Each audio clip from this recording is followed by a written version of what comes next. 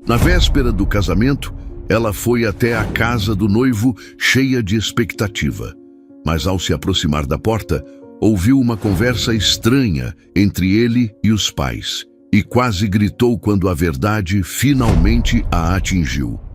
O brilho acetinado do vestido de noiva parecia sugar toda a luz do ateliê, transformando o pequeno espaço em um santuário onde apenas Carolina e seu reflexo existiam. Diante do espelho de moldura rococó, ela mal se reconhecia. A renda delicada, bordada com minúsculas pérolas, que pareciam lágrimas de alegria congeladas, abraçava seu corpo com uma perfeição quase divina.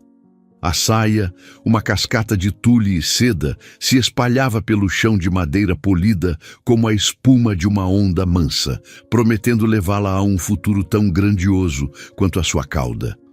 Por um instante, a menina que um dia se enrolou nos lençóis brancos da mãe, sonhando com príncipes e castelos, ressurgiu em seus olhos. Aquele sonho, antes uma fantasia infantil sussurrada em noites de pijama, agora se materializava em Ipatinga, no coração de Minas Gerais, e o príncipe tinha nome e sobrenome: Rodrigo. Atrás dela, o reflexo de sua mãe, Dona Teresa, surgiu como uma aparição terna. Suas mãos, quentes e calejadas por uma vida de trabalho, tocaram os ombros da filha com uma reverência silenciosa antes de ajeitarem o véu, que flutuou como uma névoa sagrada ao redor de seu rosto. "Minha filha, você está ainda mais linda do que nos meus sonhos", sussurrou Dona Teresa, a voz embargada por um misto de orgulho avassalador e a melancolia doce de quem está prestes a entregar seu bem mais precioso. Um sorriso brotou nos lábios de Carolina, mas seus olhos não conseguiam se desviar da figura no espelho. Era a noiva do ano, a futura senhora de uma das famílias mais promissoras da região. Rodrigo, com seu sorriso fácil, sua ambição calculada e a aprovação incondicional de seus pais, era o genro que toda mãe pedia a Deus. Nos últimos 3 anos, ele fora a personificação da estabilidade, um porto seguro em meio às incertezas da vida. Nunca esquecia um aniversário, trazia orquídeas aos domingos e apertava a mão de seu pai com a firmeza de quem já se sentia parte da família. Para todos, ele era o par perfeito. Para Carolina, ele era o homem que havia prometido construir um império ao seu lado, um futuro onde a felicidade não era uma opção, mas uma certeza. Enquanto a costureira, de joelhos no chão, dava os últimos pontos na barra do vestido, Dona Teresa segurou as mãos da filha, seus dedos entrelaçando-se com os dela. "Amanhã, Ipatinga inteira vai parar para ver você passar. Será a noiva mais deslumbrante que esta cidade já viu", disse ela, os olhos brilhando com a visão não apenas do casamento, mas de toda uma linhagem de esperanças e sacrifícios que culminavam naquele momento. Carolina levou as mãos ao peito, sentindo o coração bater descompassado, uma orquestra frenética anunciando o início de uma nova vida. Ela se convenceu de que era apenas a euforia, a antecipação de um felizes para sempre que estava prestes a começar. No caminho de volta para casa, o carro deslizando pelas ruas familiares do Vale do Aço, elas repassaram a lista de tarefas pela última vez, um mantra para acalmar os nervos.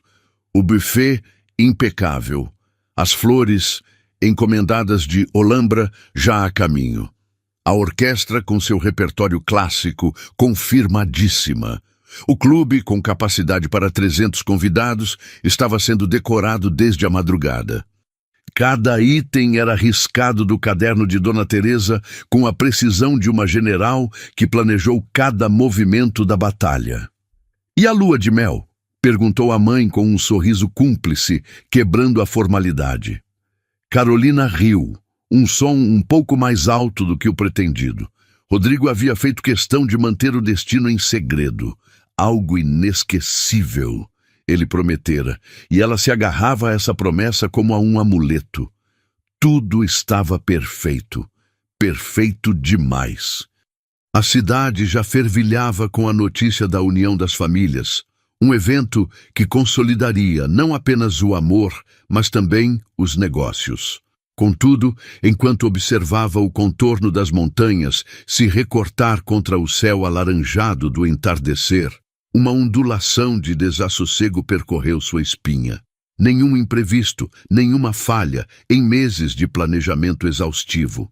E ainda assim, suas mãos, escondidas no colo, tremiam levemente. Perfeito demais para ser verdade. Uma voz traiçoeira sussurrou em sua mente. Ela sacudiu a cabeça, forçando outra risada para espantar o mau agouro. Toda noiva fica nervosa, mãe, disse em voz alta, mais para si mesma do que para Dona Teresa, ignorando a pequena chama de gelo que se acendera em seu peito e se recusava a apagar. Amanhã seria o dia mais feliz de sua vida, e ela precisava desesperadamente acreditar nisso. Em casa, o vestido foi pendurado como uma relíquia sagrada no armário, seu tecido farfalhando como um segredo.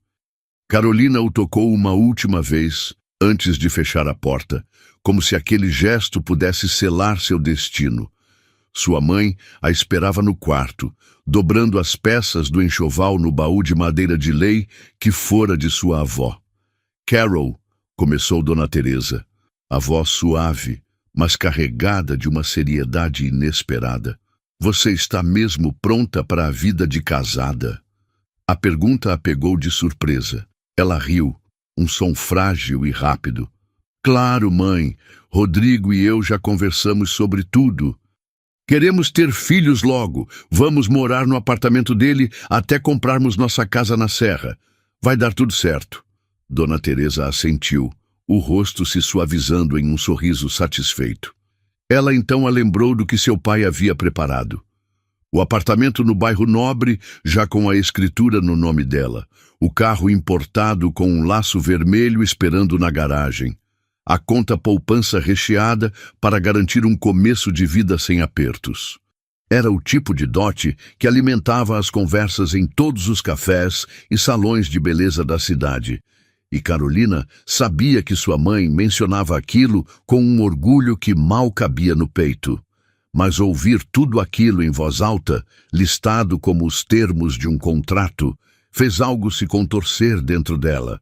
Mãe, eu não me importo com nada disso, disse, sentando-se na beirada da cama, o colchão afundando sob seu peso. O que importa é que eu e o Rodrigo nos amamos. As palavras saíram com facilidade. Um roteiro ensaiado e aperfeiçoado ao longo de meses. No entanto, assim que o som de sua própria voz se dissipou no ar, uma sombra de dúvida se instalou. Ela se lembrou das pequenas fissuras na fachada perfeita de seu relacionamento. Às vezes, em que ele demorava horas para retornar suas ligações, alegando reuniões intermináveis. A maneira furtiva como guardava o celular no bolso sempre que ela entrava no quarto. As noites tardias, com amigos de negócios, sempre com a mesma desculpa vaga. E, acima de tudo, a forma como ele dizia, eu te amo. Ou melhor, como ele nunca dizia primeiro. Era sempre uma resposta, uma devolução, nunca uma oferta espontânea. Em vez disso, ele sorria, a chamava de minha princesa e mudava de assunto, como se apelidos carinhosos pudessem preencher o vazio deixado pelas palavras que realmente importavam. Ela balançou a cabeça, repreendendo-se por criar problemas onde não existiam. Afinal, ele a pedira em casamento. Ele estava organizando aquela festa monumental. Ele estaria ao seu lado no altar amanhã, diante de Deus e de toda a sociedade de Ipatinga. Mesmo assim, a inquietação em seu peito se recusava a ceder. Talvez fosse normal. Talvez toda noiva, na véspera de entregar sua vida a outra pessoa, sentisse esse tremor nas mãos, essa insônia povoada de pensamentos sombrios, essa dor fria no estômago. Talvez tudo isso fosse apenas parte do ritual. O telefone tocou, estridente, rasgando o silêncio tenso do quarto. O som a fez pular. O nome de Rodrigo brilhava na tela, um farol em meio à sua tempestade interna. Ela atendeu no primeiro toque, a mão tremendo. Oi, amor. A voz dele soou do outro lado da linha, quente e melodiosa, o bálsamo que ela precisava desesperadamente ouvir. E então, minha princesa, ansiosa para amanhã? Carolina fechou os olhos, agarrando-se àquela calma, aquela segurança que ele projetava com tanta maestria. O vestido é maravilhoso, mal posso esperar para que você me veja nele. Uma pausa curta, e então ele disse as palavras que ela ansiava. E eu mal posso esperar para fazer de você minha esposa, para sempre, Carol. Teremos o para sempre. Ela sorriu no escuro, o coração se aquietando por um instante. A promessa do para sempre, dita com aquela convicção inabalável, era o suficiente para silenciar os demônios. Pelo menos por enquanto. Mas a calmaria foi passageira. Depois de desligar, uma energia inquieta tomou conta de seu corpo. A voz de Rodrigo, em vez de tranquilizá-la, havia acendido nela uma necessidade visceral de vê-lo, de sentir o calor de seu abraço, de confirmar com os próprios olhos que a segurança em sua voz era real. Vou só dar um pulo no apartamento do Rodrigo. Preciso entregar uma coisa que ele esqueceu, mentiu para a mãe, que já se preparava para dormir. Não demoro! Dona Teresa franziu a testa, mas assentiu. Não volte tarde, filha. Você precisa descansar. Carolina pegou as chaves do carro, o coração agora batendo não de medo, mas de uma antecipação febril. Precisava daquele último contato, daquela última prova de que seus medos eram infundados, de que a felicidade prometida era sólida como a rocha das montanhas que cercavam a cidade. O ar da noite em Ipatinga era ameno, carregado com o cheiro de terra molhada e do jasmim que florescia no jardim da vizinha. As ruas estavam silenciosas, banhadas pela luz amarelada dos postes. Enquanto dirigia, sua mente trabalhava em alta velocidade, revisitando cada detalhe dos últimos 3 anos. Lembrou-se do primeiro encontro, arranjado por amigos em comum. Rodrigo chegara com um sorriso que parecia iluminar o bar inteiro. Ele falava de seus planos, de sua ambição de expandir os negócios da família, de construir algo grandioso. Carolina, acostumada com os rapazes da cidade cujas ambições raramente iam além do próximo fim de semana, ficou fascinada. Ele era diferente. Ele tinha um plano, um mapa para o futuro e a convidou para fazer parte dele. Ela se apaixonou não pelo homem que ele era, mas pelo homem que ele prometia se tornar, e pela mulher que ela se tornaria ao seu lado. As dúvidas, no entanto, sempre estiveram lá, como ervas daninhas crescendo nas frestas de seu jardim encantado. Ela se lembrava de uma tarde, cerca de 1 ano atrás. Estavam em um café, e o celular dele não parava de vibrar sobre a mesa. Ele o virava com a tela para baixo, o rosto se fechando em uma máscara de irritação. Quem é? Ela perguntou casualmente. Ninguém importante. Coisa do trabalho. Ele respondeu ríspido antes de se levantar para atender do lado de fora. Ela observou pela vidraça, viu seus gestos tensos, a forma como ele passava a mão pelo cabelo, um sinal claro de frustração. Quando voltou, o bom humor havia evaporado. Ele deu uma desculpa qualquer e encerrou o encontro. Naquela noite, ela chorou sem saber exatamente por quê. Sentiu-se como uma intrusa na vida dele, uma espectadora de um espetáculo cujo roteiro ela não conhecia. Houve outras ocasiões. Aniversários de amigos em que ele desaparecia por longos períodos, voltando com o hálito de uísque e os olhos brilhando de uma euforia que não era para ela. As viagens de negócios de última hora para cidades próximas, das quais ele voltava exausto e estranhamente distante.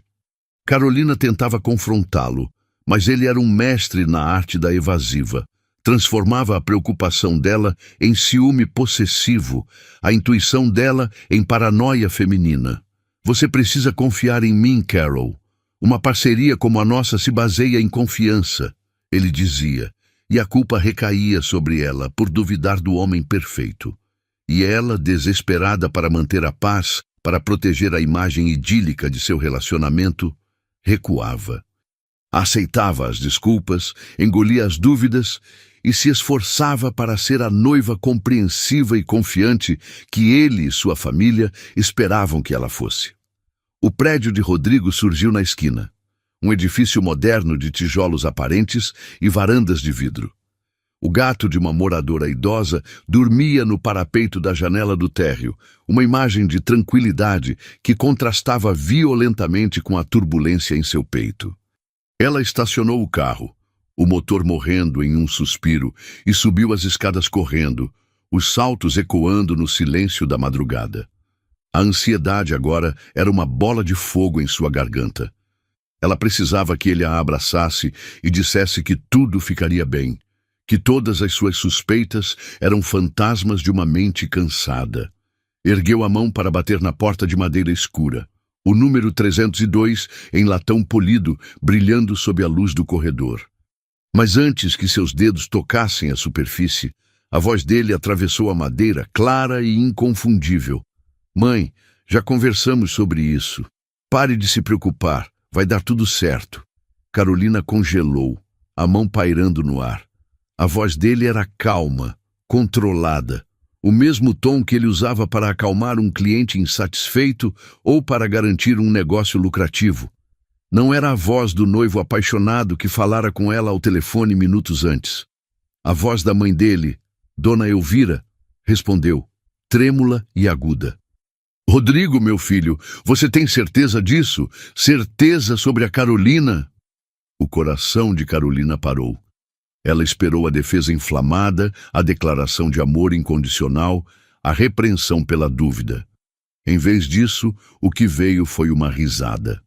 Uma risada baixa, debochada, que fez o sangue de Carolina gelar nas veias. Mãe, eu já te disse 1000 vezes. A Carol é ótima. É como uma irmã para mim. Me acostumei com ela, com o jeito doce dela. É uma boa menina. Irmã. A palavra a atingiu como um soco no estômago, arrancando todo o ar de seus pulmões. A boca ficou seca, o mundo começou a girar lentamente. Ela se agarrou ao corrimão de metal frio, as unhas cravando na pintura, desesperada por um ponto de apoio, enquanto seu universo desmoronava. Mas ela não se moveu. Ficou ali, paralisada, uma estátua de dor, precisando ouvir o resto, precisando que ele se corrigisse, que dissesse que era uma brincadeira de mau gosto. Mas você a ama, meu filho. Você a ama de verdade, insistiu a mãe, a voz carregada de uma súplica final.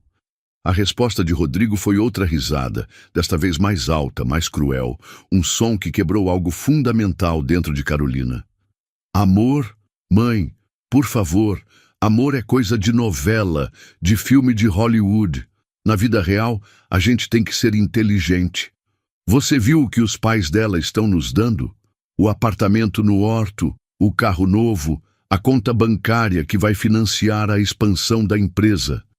E as conexões do pai dela na prefeitura? Isso não tem preço. Esse casamento é um negócio, mãe. É segurança, não romance. O mundo inclinou-se perigosamente. Cada sorriso terno, cada promessa sussurrada, cada vez que ele afastou uma mecha de cabelo de seu rosto, tudo se estilhaçou, revelando a farsa por trás do vidro barato. A voz do pai dele, seu Afonso, juntou-se à conversa, grave e aprovadora. Sua mãe se preocupa à toa. A moça é educada, de boa família, respeitável. Vai ser uma excelente esposa e mãe para os seus filhos. Você está fazendo a escolha certa, Rodrigo. O golpe final veio com as palavras seguintes de Rodrigo, ditas em um tom mais baixo, quase confidencial, mas ainda perfeitamente audíveis através da porta fina. E além do mais, a Samantha voltou para a cidade. Lembra dela? A Samantha Borges. Com ela, eu posso ter a paixão, a aventura. Com a Carolina, eu tenho a estabilidade, o melhor dos dois mundos. Samantha. O nome explodiu em seus ouvidos como uma granada. uma memória vaga surgiu. Uma garota mais velha, de cabelos escuros e um sorriso selvagem que namorara Rodrigo na faculdade antes de se mudar para São Paulo. Ela estava de volta e, em um piscar de olhos, havia ocupado o espaço que Carolina ingenuamente acreditava ser seu. A voz de Rodrigo se tornou ainda mais íntima, um sussurro venenoso que selou seu destino.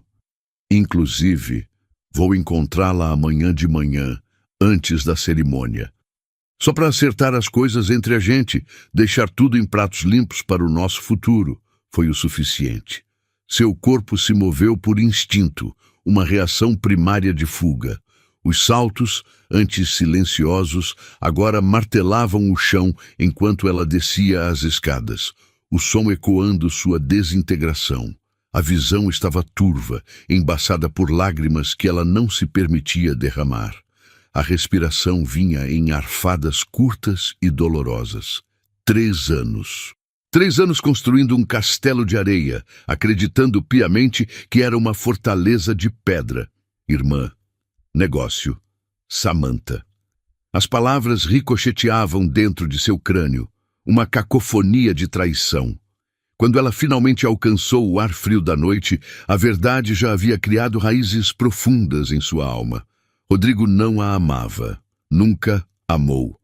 Cada momento que compartilharam não passou de uma performance calculada, e seu conto de fadas acabara de ter seu fim trágico, não no altar, mas no capacho da porta dele. Ela não se lembra de como atravessou a cidade de volta para casa. A memória era um borrão de faróis que se aproximavam, semáforos que mudavam de cor e o contorno escuro das ruas de Ipatinga que de repente pareciam estranhas, hostis. 1 minuto antes, ela estava do lado de fora do apartamento de Rodrigo, o coração em 1000 pedaços. No minuto seguinte, estava parada na porta de seu próprio quarto, o corpo tremendo de um frio que vinha de dentro. A luz suave que se derramava pela fresta do armário, onde o vestido de noiva pendia como um fantasma, era uma zombaria cruel do que o amanhã deveria ter sido. Sua mãe, ao vê-la passar pelo corredor, perguntou com a voz sonolenta e cheia de carinho: "Já voltou, filha? Está tudo bem?" Carolina forçou um sorriso que pareceu rasgar os músculos de seu rosto. "Tudo ótimo, mãe. Só estou exausta", murmurou, a voz um fiapo. Ela passou por Dona Teresa antes que a mãe pudesse ver o tremor em suas mãos ou a devastação em seus olhos. A casa estava mergulhada no silêncio da madrugada, mas dentro dela o caos reinava absoluto. Deitou-se na cama, ainda com a roupa do corpo, e ficou encarando o teto que parecia ondular na penumbra. Cada momento dos últimos 3 anos desfilou diante de seus olhos, mas agora sob uma nova luz, brutal e impiedosa. A pressa de Rodrigo em apresentá-la aos pais, que ela interpretara como prova de amor, agora se revelava como uma estratégia de negócios. As perguntas casuais sobre as finanças de seu pai, a curiosidade disfarçada sobre a escritura do apartamento, a conta poupança, o carro, tudo se encaixava em um quebra-cabeça medonho. A aversão dele em dizer "eu te amo" primeiro, deixando que ela o alimentasse com as palavras, para depois ecoá-las de volta com um sorriso que, em retrospecto, era perfeitamente ensaiado. Como ela pôde ser tão cega? Como pôde confundir um plano de negócios com uma história de amor? Ela havia construído um palácio sobre a areia movediça da conveniência, convencendo a si mesma de que suas fundações eram de rocha sólida. Por horas, ela permaneceu imóvel, presa entre 2 escolhas, ambas insuportáveis. A primeira opção era o silêncio, levantar-se pela manhã, vestir o vestido branco, caminhar até o altar e casar-se com ele. Preservaria a honra de sua família, o orgulho de seus pais. Os convidados sorririam, as fotos seriam emolduradas e penduradas nas paredes, e a sociedade de Ipatinga aplaudiria a união perfeita. mas ela saberia. Acordaria todas as manhãs ao lado de um homem que a via como um item em uma planilha, que sussurrava palavras de paixão para outra mulher, enquanto a chamava de irmã. Viveria uma mentira. Seu coração um mausoléu silencioso dentro de um casamento de fachada. A alternativa era, à sua maneira, ainda mais aterrorizante. Ir embora. Desistir de tudo. Partir o coração de seus pais, jogar no lixo meses de planejamento e milhares de reais, e arrastar o nome da família na lama do escândalo. O sorriso orgulhoso de sua mãe no ateliê, o planejamento meticuloso de seu pai, tudo desmoronaria por sua causa. Ela seria a pária, a noiva ingrata que fugiu e envergonhou a todos. Perto da meia-noite, ela se arrastou até o espelho. A mulher que a encarava de volta era um espectro. O rosto pálido, os olhos inchados e vermelhos, os lábios trêmulos. Parecia menos uma noiva e mais uma sobrevivente de um naufrágio. E, no entanto, por trás da ruína, algo tremeluziu.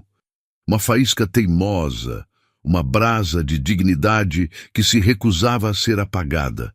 Uma voz interior, que ela mal reconhecia como sua, sussurrou que ela valia mais do que um acordo fechado às escuras. Ela valia mais do que a estabilidade comprada com a sua alma. Às 4 da manhã, a agonia da inércia se tornou insuportável. Ela não podia mais ficar deitada, esperando que o sol nascesse para selar sua sentença. Abriu a porta do armário e tocou o vestido de noiva uma última vez. Uma despedida silenciosa a todos os sonhos que ele representava. Então, virou-se. Puxou uma pequena mala de viagem de debaixo da cama e começou a fazer as malas, os movimentos mecânicos, quase robóticos. Colocou dentro apenas o essencial, os fragmentos de uma vida que estava prestes a abandonar. O passaporte, todo o dinheiro que havia economizado, o envelope com os dólares que guardara para a lua de mel secreta. As mãos tremiam tanto que mal conseguia segurar a caneta enquanto escrevia o bilhete. As palavras saíram borradas pelas lágrimas que finalmente começaram a cair. Mãe, pai, me perdoem.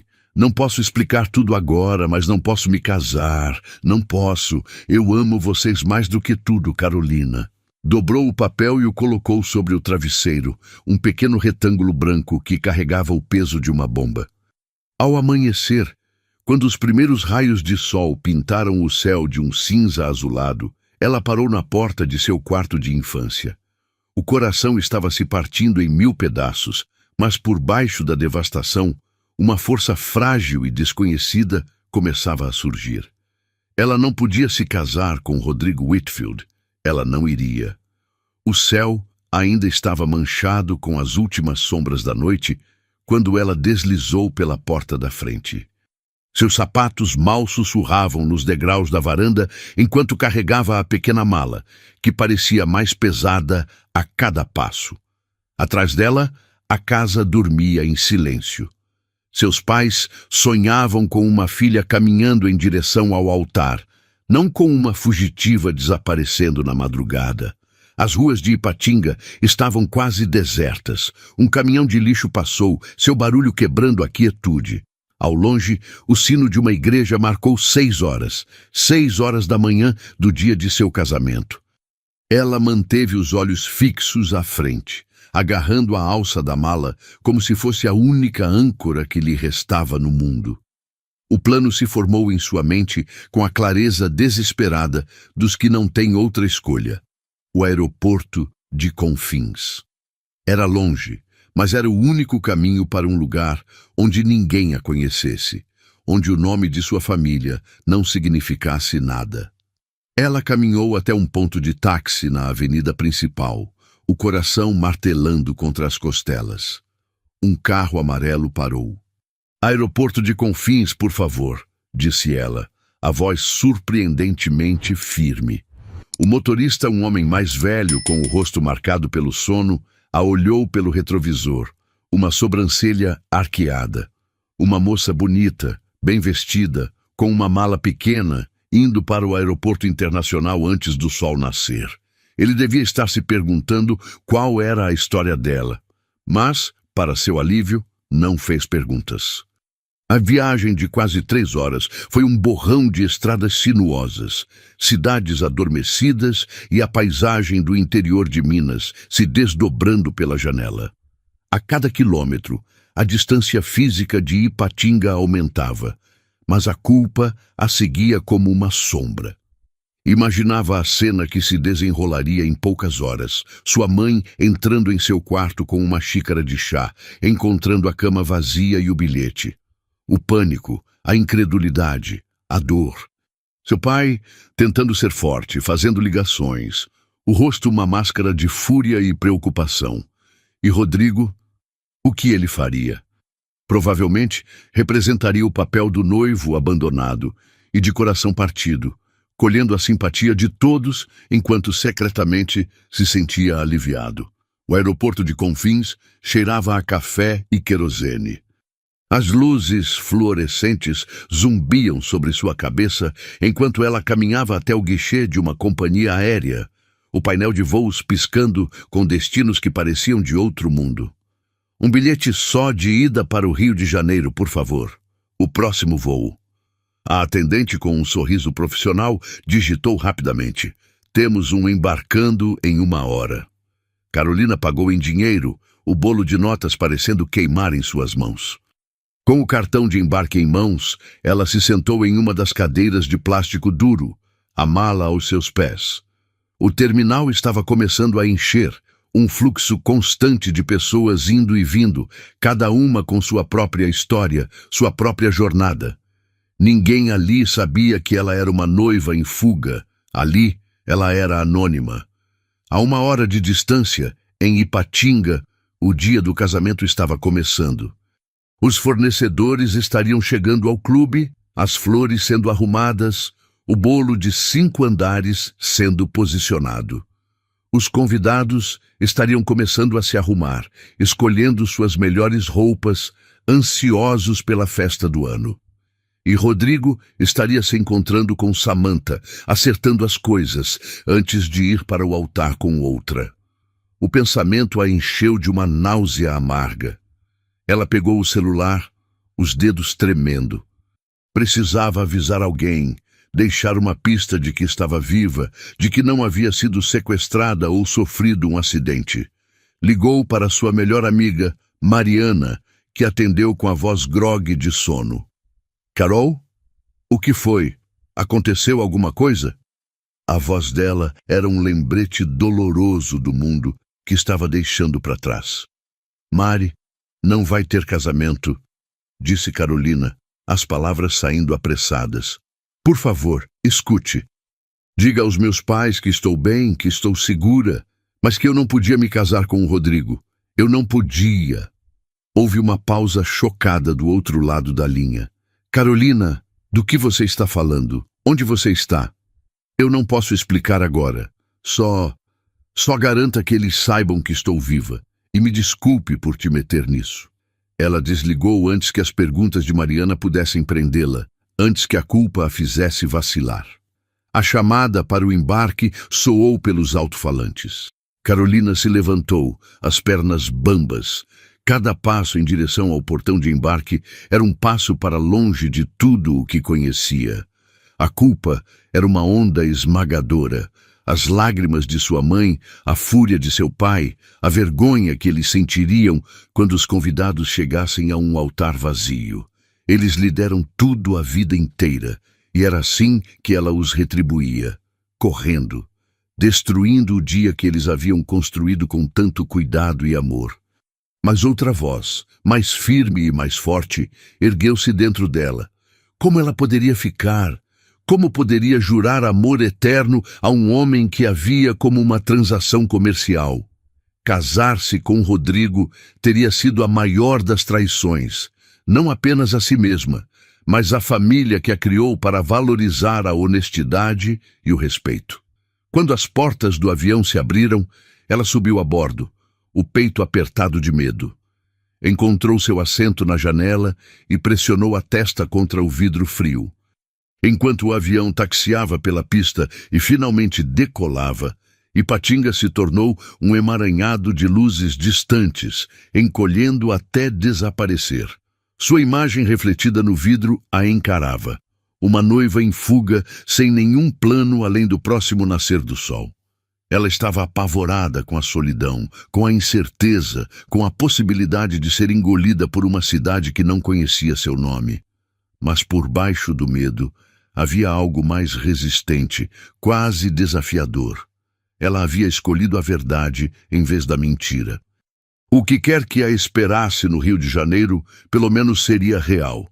O avião desceu sobre o Rio de Janeiro como um pássaro gigante, e pela janela, Carolina viu um cenário que parecia saído de um cartão postal. A cidade se espalhava entre montanhas de um verde luxuriante e o azul profundo do oceano, uma metrópole pulsante e viva. O Cristo Redentor, de braços abertos no topo do Corcovado, parecia dar-lhe as boas-vindas, uma promessa silenciosa de acolhimento. Quando as rodas do avião tocaram o solo, um tremor percorreu a aeronave, e Carolina sentiu como se sua própria vida estivesse finalmente aterrissando em um novo território, desconhecido e assustador, mas seu. O ar que a recebeu ao sair do aeroporto Santos Dumont era diferente de tudo o que conhecia. Era um ar pesado, úmido e salgado, carregado com o som de buzinas, o ritmo distante de um samba e 1 milhão de conversas sobrepostas. Era o cheiro e o som da vida em seu estado mais caótico e vibrante. Por um momento, o pânico a ameaçou. Ela estava completamente sozinha, uma forasteira com uma mala e um coração partido, no meio de uma das maiores cidades do mundo. Com o endereço de uma pensão, que encontrou em uma busca rápida na internet do aeroporto, ela pegou um táxi. O motorista, um carioca falante, apontava os pontos turísticos com um orgulho contagiante, mas Carolina mal conseguia registrar a beleza da Baía de Guanabara ou a imponência do Pão de Açúcar. Seus olhos viam, mas sua mente estava a quilômetros de distância em Ipatinga, imaginando o rescaldo da bomba que havia detonado. O celular, que ela mantivera desligado durante o voo, pesava em sua bolsa como uma granada. Ela sabia que, ao ligá-lo, seria inundada por uma avalanche de chamadas perdidas, mensagens furiosas e apelos desesperados. Decidiu que ainda não estava pronta. Precisava de um porto seguro primeiro, um lugar para respirar. A pensão ficava em uma rua tranquila de Copacabana, a poucas quadras da praia. Era um sobrado antigo, com a pintura um pouco descascada e vasos de samambaia pendurados na varanda. A dona, uma senhora chamada Dona Cida, com olhos gentis e um sorriso que parecia conhecer todas as dores do mundo, a recebeu sem fazer muitas perguntas.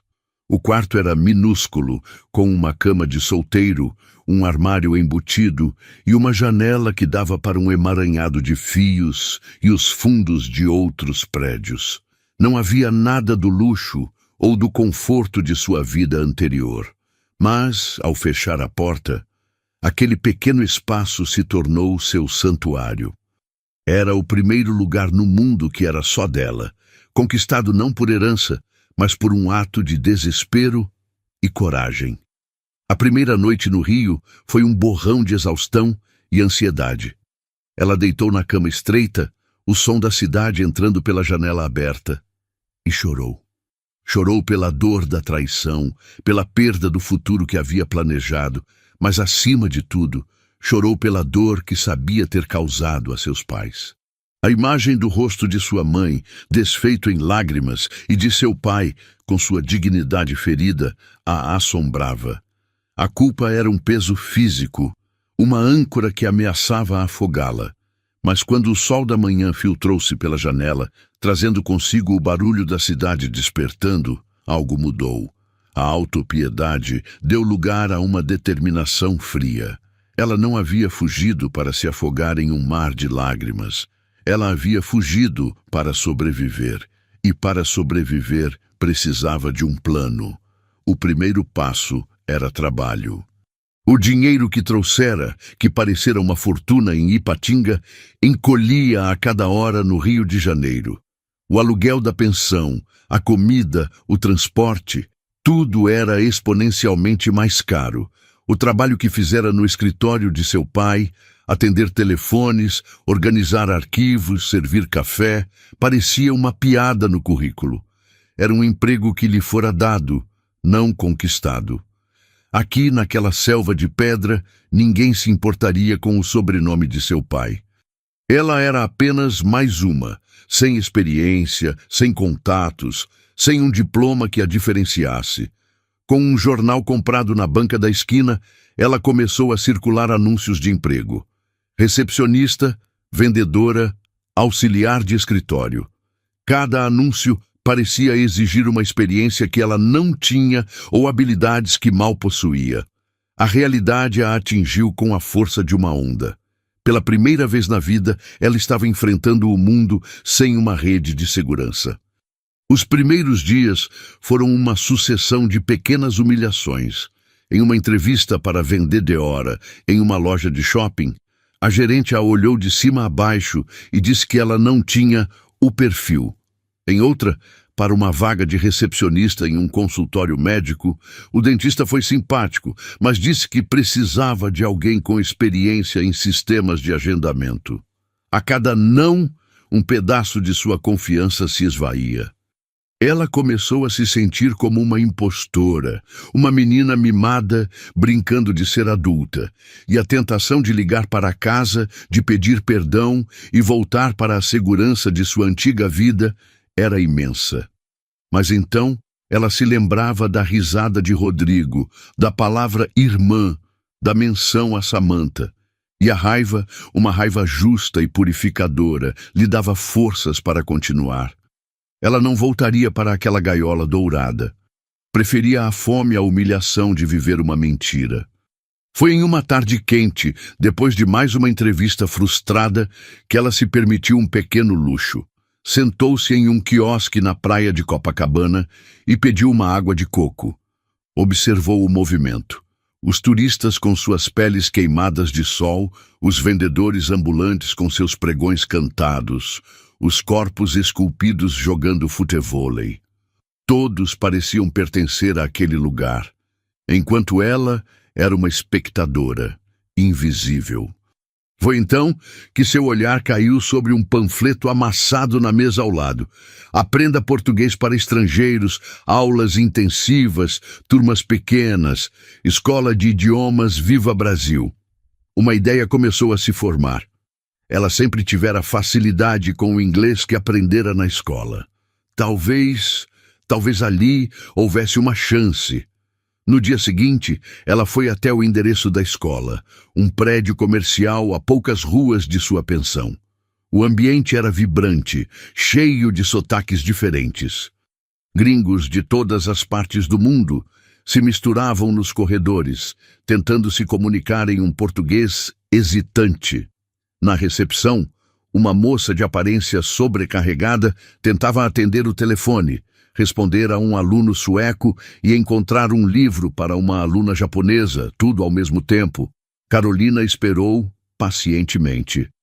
Quando finalmente chegou sua vez, ela perguntou se havia alguma vaga de trabalho. A moça, chamada Lúcia, a olhou com olhos cansados. "Você fala inglês?" perguntou.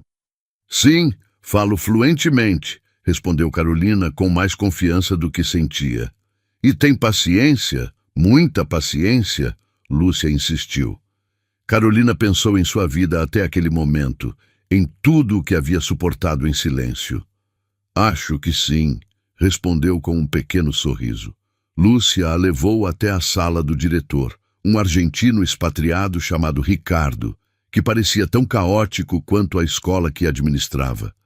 Ele a entrevistou em um portunhol rápido, fazendo perguntas sobre sua vida, sua experiência. Carolina foi honesta. Disse que tinha pouca experiência profissional, mas que aprendia rápido e precisava desesperadamente de uma oportunidade. Algo em sua sinceridade, ou talvez em seu desespero, pareceu tocar Ricardo. "Olha, a Lúcia está sobrecarregada. Preciso de alguém para o turno da tarde, para atender os alunos, organizar as matrículas, apagar os incêndios. O salário é baixo para começar. É um trabalho de doido, você topa? Carolina sentiu uma onda de alívio tão intensa que quase chorou. Sim, topo, com certeza. Começou na segunda-feira seguinte. O trabalho era exatamente como Ricardo descrevera. Um caos organizado. Ela tinha que lidar com alunos que não entendiam as contas, professores que perdiam seus materiais, turistas que queriam saber onde era o melhor samba da cidade e o telefone que não parava de tocar.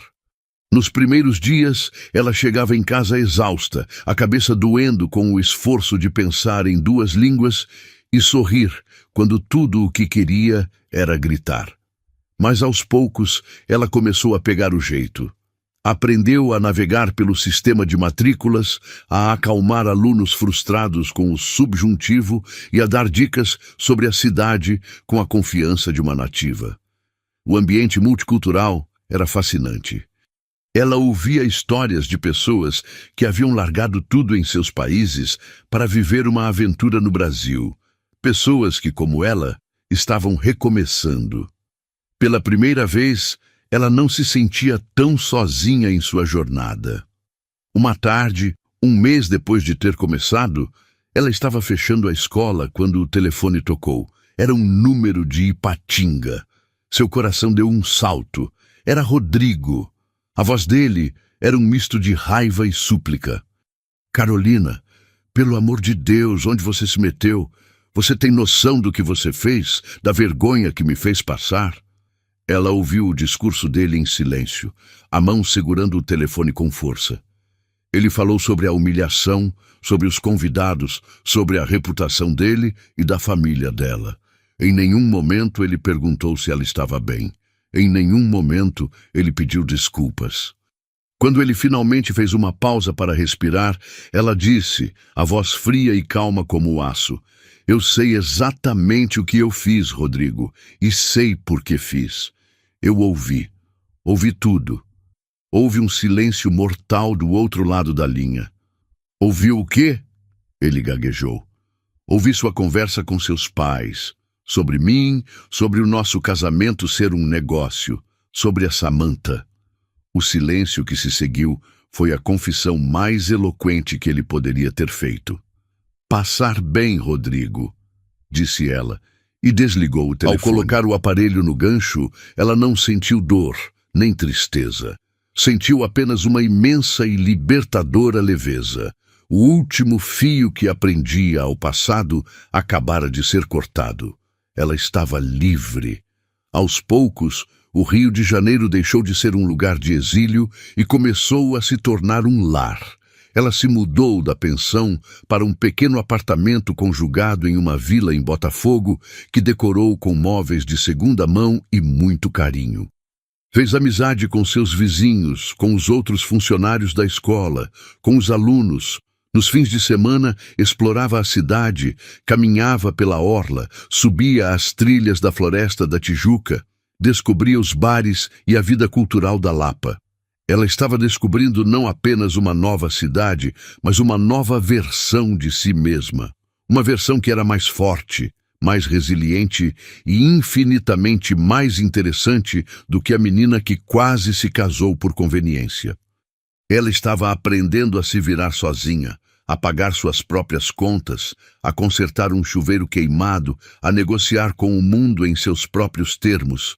E essa descoberta, essa força que brotava de dentro, era mais valiosa do que qualquer dote, qualquer apartamento no bairro nobre, qualquer carro importado. Era a sua independência, e ela a conquistara sozinha. A tentativa de Rodrigo de reatar o contato foi como uma pedra atirada em um lago. Causou uma ondulação momentânea, mas a superfície logo voltou à sua nova e serena normalidade. A conversa, se é que se podia chamar aquilo de conversa, não a abalou como ela temia. Pelo contrário, serviu como um ponto final definitivo, a assinatura no decreto de sua própria alforria. Ele tentou ligar mais algumas vezes nas semanas seguintes, os números de Ipatinga piscando na tela de seu celular como fantasmas insistentes. Ela os ignorava, deixando que as chamadas morressem no vazio. Cada toque não atendido, um pequeno ato de rebelião, um reforço de suas novas fronteiras. A Carolina que atenderia, que ouviria, que talvez até chorasse, não existia mais. Ela havia sido deixada para trás, junto com um vestido de noiva em um armário e um futuro de mentiras. No microcosmo vibrante da escola de idiomas, a vida pulsava em um ritmo que não dava espaço para assombrações. O trabalho, antes visto apenas como um meio de sobrevivência, tornou-se uma fonte inesperada de alegria e conexão. Carolina descobriu que tinha um talento natural para lidar com pessoas, uma empatia que transcendia as barreiras linguísticas. Ela se tornou a confidente dos alunos, a pacificadora dos professores e o braço direito de Ricardo. Foi nesse ambiente que sua amizade com Marcelo floresceu, de forma tão natural e despretensiosa quanto o musgo que cresce nas árvores da Tijuca. Marcelo era um dos professores mais queridos da escola, um carioca da gema com a alma de poeta e um sorriso que parecia carregar o calor do sol do arpoador. Ele não tinha a ambição polida de Rodrigo, nem o verniz da alta sociedade. Em vez disso, possuía algo infinitamente mais valioso, uma autenticidade desarmante. A amizade deles foi construída nos pequenos momentos, nas pausas para o café, quando ele contava histórias engraçadas sobre as gafes de seus alunos com o português. Nas sextas-feiras, depois do expediente, quando o grupo de professores se reunia em um bar na Lapa e ele dedilhava clássicos da bossa nova em seu violão, e nos dias caóticos, quando ele aparecia em sua mesa com um pão de queijo e um "você parece precisar disso". Marcelo nunca a pressionou para falar sobre seu passado. Ele parecia entender, com uma sensibilidade rara, que havia feridas ali que ainda estavam cicatrizando. Ele via a força em seu olhar, a resiliência em seu sorriso, e a tratava não como uma donzela em perigo, mas como uma igual, uma mulher que estava bravamente reescrevendo sua própria história. Ele a apoiava sem segundas intenções, oferecendo uma amizade sólida e verdadeira, um tipo de relacionamento masculino que ela nunca havia conhecido. Com ele, não havia jogos, não havia máscaras. Havia apenas uma conexão genuína, que crescia a cada dia, silenciosa e forte. Um ano se passou. Um ano em que Carolina se transformou de fugitiva em residente, de sobrevivente em protagonista. O Rio de Janeiro, com seu caos e sua beleza, a havia adotado. O apartamento em Botafogo era seu refúgio, as amizades, sua nova família. Ela finalmente restabeleceu o contato com os pais. As primeiras conversas foram difíceis, repletas de mágoa e incompreensão. Mas com o tempo e com a ajuda de Mariana, que agiu como uma ponte diplomática, a raiva deu lugar à preocupação, e a preocupação a uma aceitação relutante. Eles não entendiam completamente por que ela havia feito o que fez, mas viam, pela firmeza em sua voz e pelas histórias de sua nova vida, que a filha frágil que eles conheciam havia se tornado uma mulher forte e independente. A saudade, finalmente, falou mais alto que o orgulho ferido. O convite para o aniversário de sua mãe foi o chamado que ela sabia que não podia mais ignorar. A ideia de voltar a Ipatinga a enchia de um nervosismo gelado.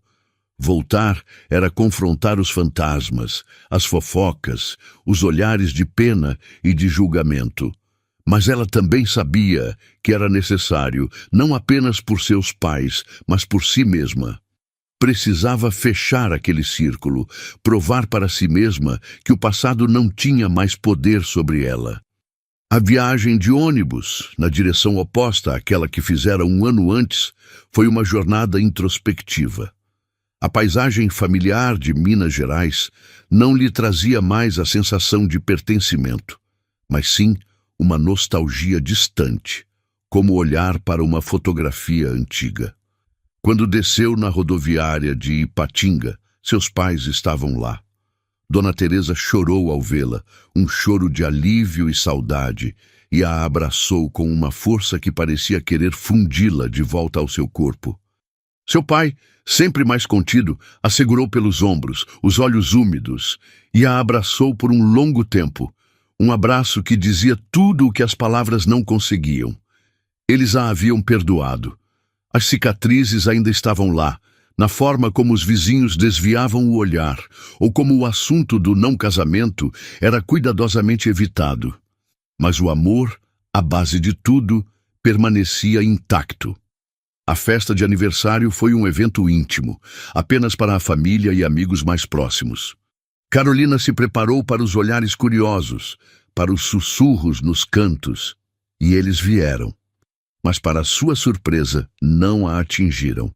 Ela conversou com tios e primos, contou sobre seu trabalho no Rio, sobre a vida em uma cidade grande. Havia uma nova confiança em sua postura, uma segurança em sua voz que calava os julgamentos. Ela não era mais a coitadinha, a noiva abandonada. Era a Carolina que se mudou para o Rio, que trabalhava com estrangeiros, que vivia sozinha e era feliz. E nos olhos de alguns parentes, ela viu algo novo, um brilho de admiração, talvez até de respeito. O encontro que ela tanto temia aconteceu no dia seguinte, da forma mais banal possível. Ela estava em uma padaria no centro da cidade, comprando pão de queijo para o café da tarde quando o viu. Rodrigo estava na fila do caixa, de mãos dadas com uma mulher de cabelos escuros e sorriso confiante. Samantha, um anel de ouro com um diamante vistoso, brilhava no dedo dela. Eles pareciam um casal de comercial de margarina. Bonitos, bem-sucedidos, perfeitamente encaixados na paisagem da elite de Ipatinga. Ele a viu primeiro. Por um instante, o pânico lampejou em seus olhos, a incerteza de como agir. Mas então, ele recompôs a fachada, oferecendo um sorriso polido, quase corporativo. "Carolina", disse ele, a voz um pouco mais baixa que o normal. O olhar de Samantha se aguçou, protetor, avaliador. Carolina sentiu o mundo parar por um segundo. O ar Mas a ficou onda de mais dor, denso, de raiva, de humilhação que ela esperava não veio. Em seu lugar havia uma calma surpreendente, uma clareza cristalina. Ela acenou com a cabeça, um sorriso genuíno e tranquilo surgindo em seus lábios. "Rodrigo, Samantha." Sua própria voz a surpreendeu pela firmeza. Houve uma pausa constrangedora, o tipo de silêncio que grita. Foi ele quem o quebrou, apresentando Samantha formalmente como sua esposa. A mulher estendeu a mão, um gesto calculado, e Carolina a apertou, a mão firme, o contato visual direto.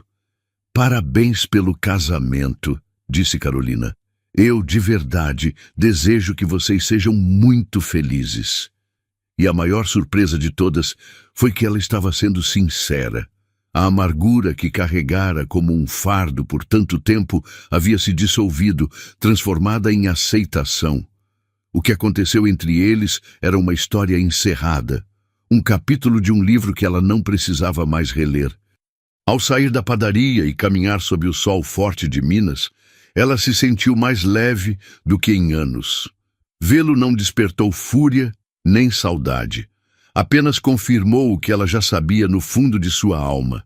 Ela havia se libertado. Aquele encontro não foi um confronto, mas um epílogo. O ponto final que ela precisava para virar a página de vez. Naquela noite, sentada na cozinha de seus pais, o cheiro familiar do bolo de fubá de sua mãe no ar, ela refletiu sobre a mulher que se tornara. Não era mais a garota ingênua que media seu valor pela atenção de um homem ou pela aprovação da sociedade. Era alguém que havia se reconstruído a partir dos escombros, que havia escolhido a verdade em vez do conforto, a integridade em vez da ilusão. De volta ao Rio, a vida com Marcelo se desenrolava em um ritmo suave e constante. Ele nunca a apressou, nunca exigiu promessas que ela não estava pronta para fazer. Eles compartilhavam jantares depois do trabalho, longas conversas sobre o passado e o futuro e silêncios confortáveis que diziam mais do que 1000 palavras. A honestidade dele era seu maior presente e construiu entre eles uma fundação mais sólida do que qualquer dote ou status social. O amor, quando finalmente se manifestou, não foi uma explosão, mas o nascer do sol, gradual, quente e inevitável. No trem que a levava de volta para casa após a visita, Carolina olhou pela janela os campos de Minas se afastando e soube que finalmente havia encontrado a paz. Ipatinga era parte de sua história, mas não a definia mais. O futuro era uma página em branco, e pela primeira vez ela confiava plenamente na mão que segurava a caneta. Ela não era mais a noiva que fugiu. Era Carolina, uma mulher que escolheu a verdade, reconstruiu a própria vida e, no processo, encontrou um amor sem máscaras, tão real e vibrante quanto a cidade que agora chamava de lar. E assim termina a jornada de Carolina, uma história sobre encontrar a própria força nos lugares mais inesperados. Se você gostou de acompanhar essa transformação, mostre seu apoio deixando o seu like e se inscrevendo no canal para não perder nossas próximas histórias. E agora, conta pra gente nos comentários, de 0 a 10, que nota você dá para essa história?